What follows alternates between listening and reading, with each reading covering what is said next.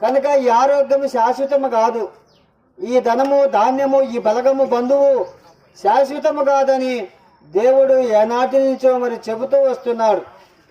మనమైతే మరి ఈ లోకముల గురించి ఇదే శాశ్వతం అనుకుంటున్నాము, ఇది ఒక ఆనందం అనుకుంటున్నాము.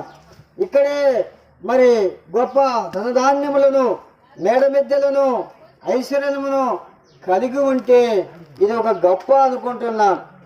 కనుక ఇది అల్పకాల భోగమని, ఇది క్షణమాత్రపు సంతోషమని మరి దేవుని వాక్యము సెలవిస్తుంది.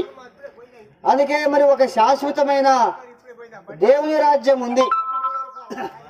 ప్రియమైన వారలారా, ఎందుకు మన పట్ల ఈ ప్రేమగల ఈ దయగల దేవుడు ఇంతగా తన ప్రజలను పంపించి తన మాటలు వినిపిస్తున్నాడు అనంటే, ఈ లోకము వదిలిన తర్వాత ఒక